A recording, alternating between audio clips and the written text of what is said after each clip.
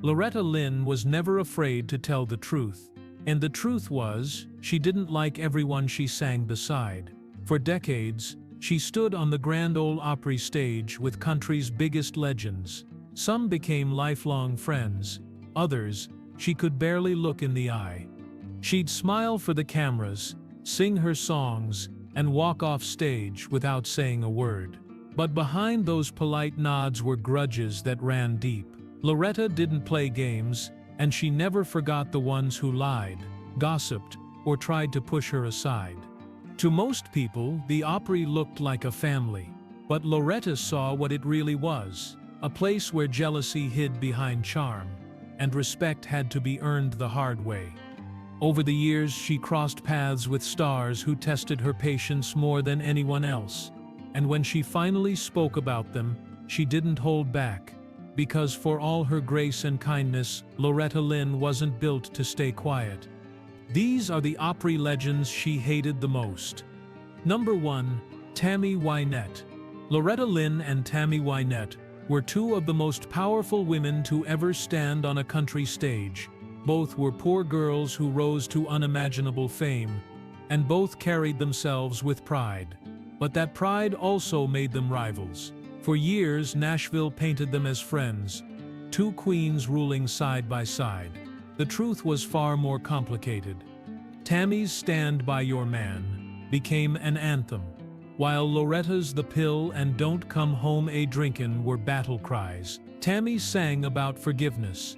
Loretta sang about standing up for yourself. And between those two messages was a quiet, growing tension.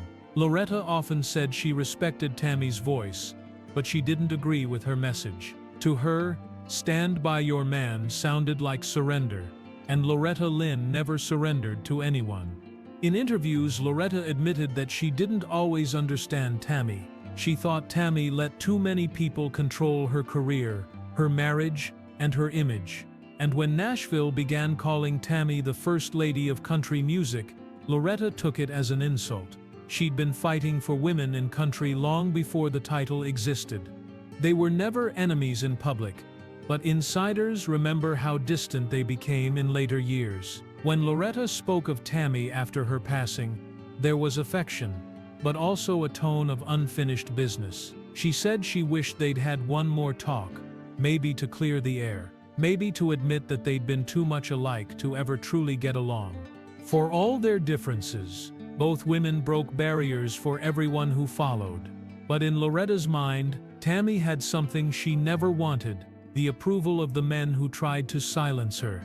And that may have been the one thing Loretta Lynn could never forgive. Number 2. Dolly Parton.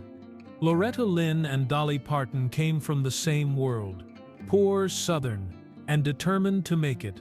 Both women worked their way out of small-town life with nothing but faith and raw talent. They respected each other deeply, but their careers moved in two very different directions, and that difference created a quiet tension that never fully went away. Loretta stayed true to traditional country.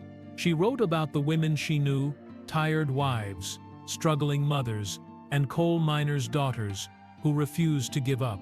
Dolly, meanwhile, turned toward a broader stage. Her voice carried from Nashville to Hollywood, and she became a brand as much as a singer. Loretta admired her success, but she also saw how fame could change people. She once said she didn't see the country left in Nashville anymore, and some believed she was talking about Dolly's polished new image. The truth is, they represented two sides of the same dream. Loretta believed country music should stay rooted in the real lives of ordinary people. Dolly believed it could be anything it wanted: pop, glamour, storytelling with sparkle. And though Loretta never criticized her directly, she didn't hide her feelings about artists who left tradition behind. At the Opry, their paths often crossed. They smiled for cameras, laughed in interviews, and sang together with ease. But behind that harmony was mutual awareness, two women who knew the other's power and respected it from a safe distance. Dolly once called Loretta a hero. Loretta called Dolly a genius, but admitted they were never close. By the time both women became legends, any tension had faded into nostalgia, Yet fans still sensed it, that invisible wall between authenticity and ambition. Loretta never disliked Dolly as a person. What she resisted was what Dolly represented, the industry's shift from truth to image. In her later years, Loretta softened her stance, praising Dolly's kindness and generosity. But even then, she made sure people remembered what mattered most to her. Fame was fine, but staying real, that was everything. And no amount of glitter could change that. Number 3. Jeannie C. Riley.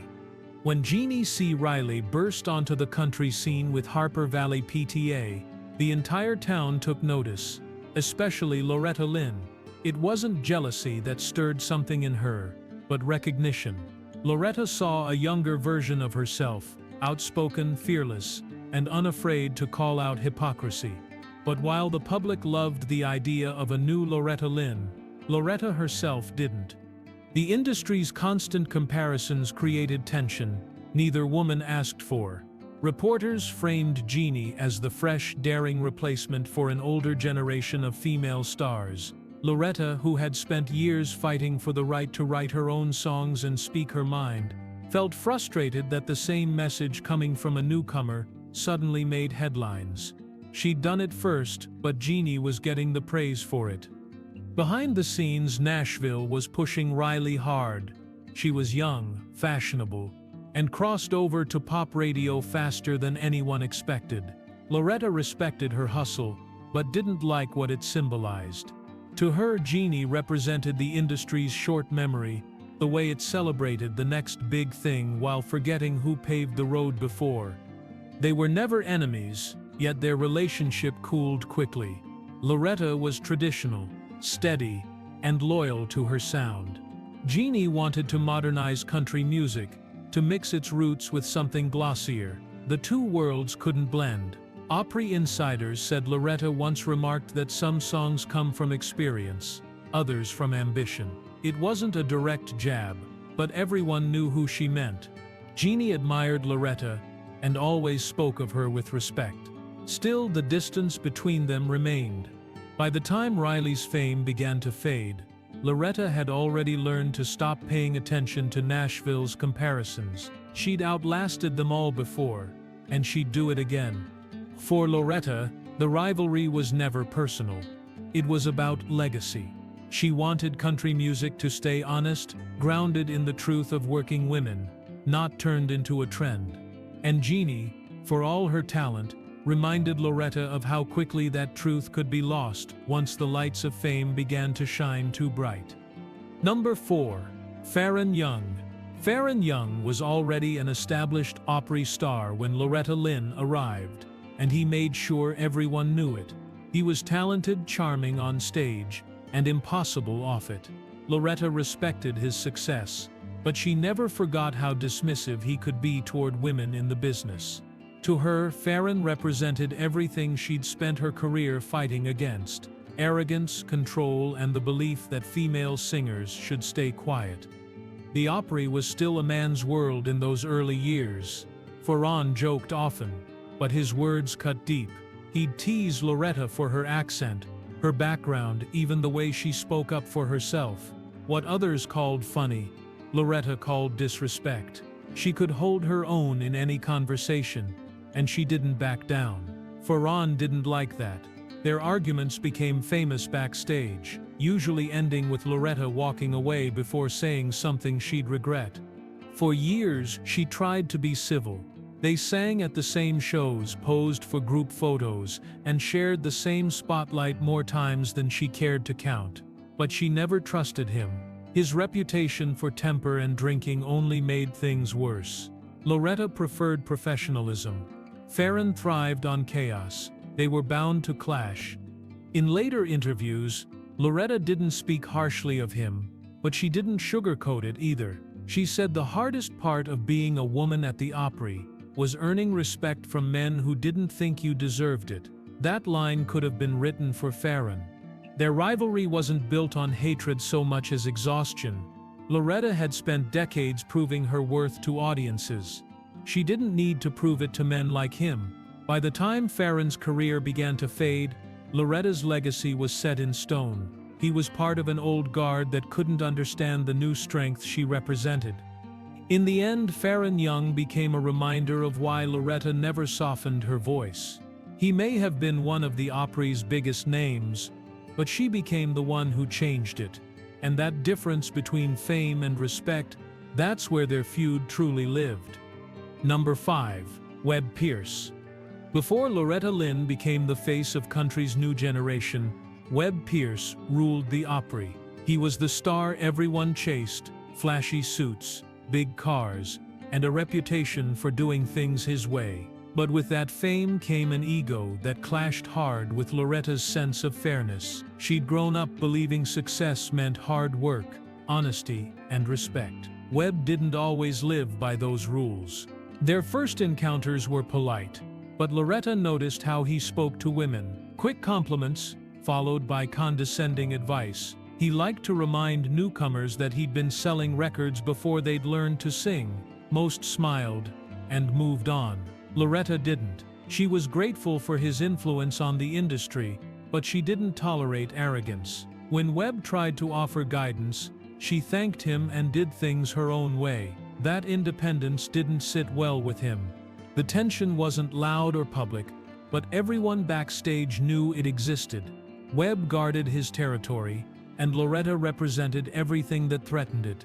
She was young, unpolished, and gaining fans faster than anyone expected. Each time her name was called, and the crowd cheered louder than his, the gap between them grew wider. Webb saw himself as a gatekeeper of the Opry. Loretta saw no gate at all. Their philosophies were too far apart to ever meet in the middle. He wanted the old Nashville, one led by men with control over every note. She was building the new one, where a woman could stand on her own. Even years later, Loretta spoke of Webb with a careful tone.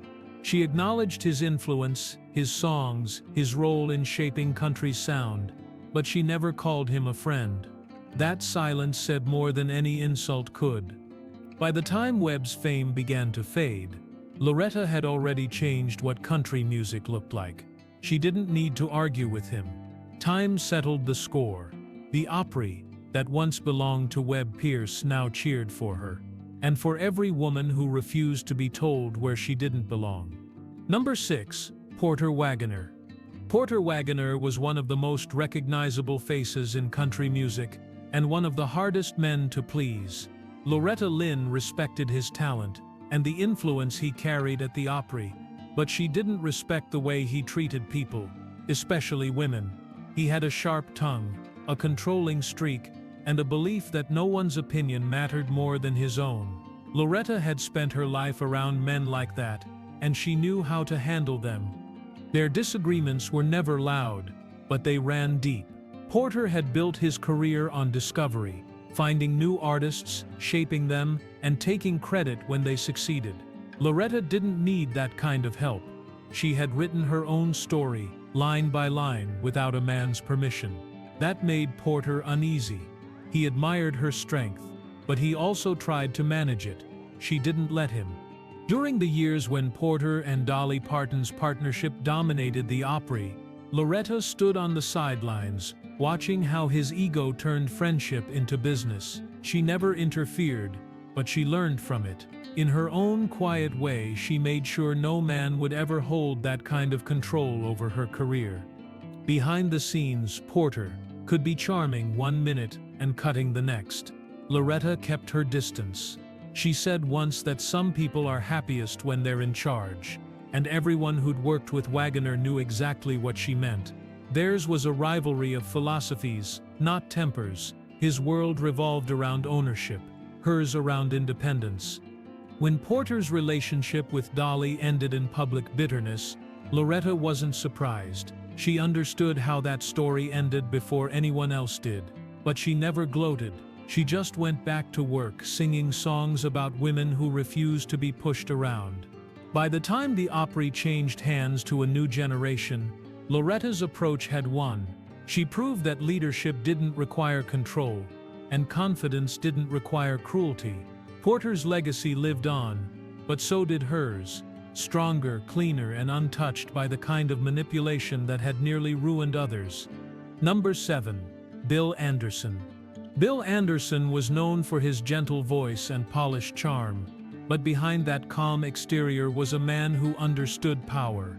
He was one of the Opry's great survivors, always close to management, always part of the quiet conversations that shaped who got attention and who didn't. Loretta Lynn respected him as a songwriter, but she never trusted how easily he moved between friendship and influence. They were opposites in almost every way. Bill played the game carefully, speaking softly and winning people over behind the curtain. Loretta didn't play at all. She spoke plainly, sometimes too plainly, for those who wanted country music to stay polite. That honesty often put her at odds with men like Bill, who believed reputation was everything. In the early years, their interactions were professional, but there was distance. Loretta noticed how he handled certain decisions, who got the best time slots, who was introduced last, who got the spotlight. He wasn't cruel, but he was strategic. And for a woman who'd fought her entire life to be seen as equal, that kind of quiet control felt personal. Loretta came from the outside. She hadn't grown up in Nashville's social circle, didn't attend the parties, didn't play the politics. Bill had been part of that world since his youth, and he thrived on it. When Loretta spoke out against unfair treatment, he saw it as disruption. She saw it as necessary truth. Their rivalry wasn't built on words exchanged, but on what neither would say aloud, that she challenged a system he benefited from. Over time, they learned to coexist. She would praise his writing when asked, and he would call her a trailblazer in interviews. But underneath, the memory of that divide lingered. Loretta never forgot how often the quiet voices in power were the hardest to confront. When she later reflected on her time at the Opry, she said, "I never had much use for politics. I just sang." That statement was simple, but it carried weight. It was her way of closing the door on people like Bill Anderson, those who had mastered the politics of country music while she mastered the truth. Number 8. Roy Acuff. Roy Acuff was called the king of country music, and for good reason. Long before Loretta Lynn ever stood under the Opry lights, Roy had built its reputation, its rules, and its sense of pride. Loretta respected that history, but she didn't always agree with the man behind it. Roy came from a time when the Opry was built for men, a place where women sang politely, but rarely spoke their minds. Loretta didn't fit that mold, and Roy didn't hide his discomfort. He valued tradition above all else. Loretta valued truth. That difference alone made their relationship uneasy. Roy believed the Opry should never change, even as the world outside it already had. Loretta sang about real life, birth control, infidelity, women tired of staying quiet, and those subjects made him uneasy. He told people privately that he thought country music should stay pure. To Loretta, that word sounded like a cage. Their disagreements never became shouting matches, but the silence between them spoke volumes. When she introduced new songs that challenged the old ways, Roy would watch from backstage with folded arms, expressionless. He didn't need to say a word. Everyone understood his opinion. Loretta saw it, felt it, and kept performing anyway. She once said she owed everything to the Opry, but refused to let it own her. That independence was what men like Roy couldn't control. He wanted to protect what he'd built. She wanted to expand what it could be. Neither backed down. Still, there was mutual respect buried beneath the tension.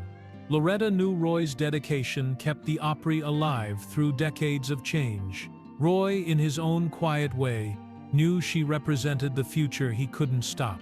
Their feud wasn't born of hatred. It was built on two eras colliding in the same spotlight.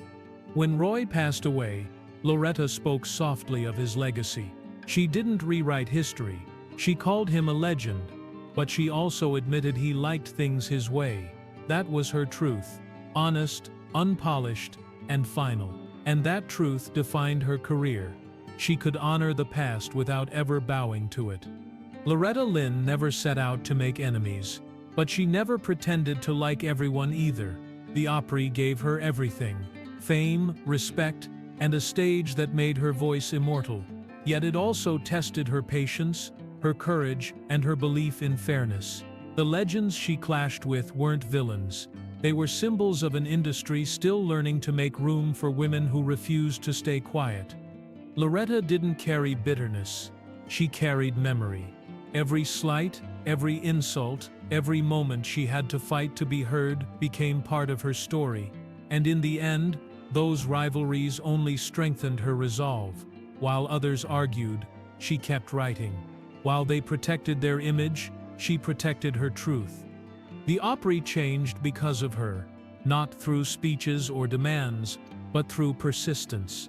She proved that a woman could be honest, fearless, and successful without anyone's permission. Today, her name stands higher than the ones who doubted her, and if you listen close, you can still hear her voice echoing through that stage.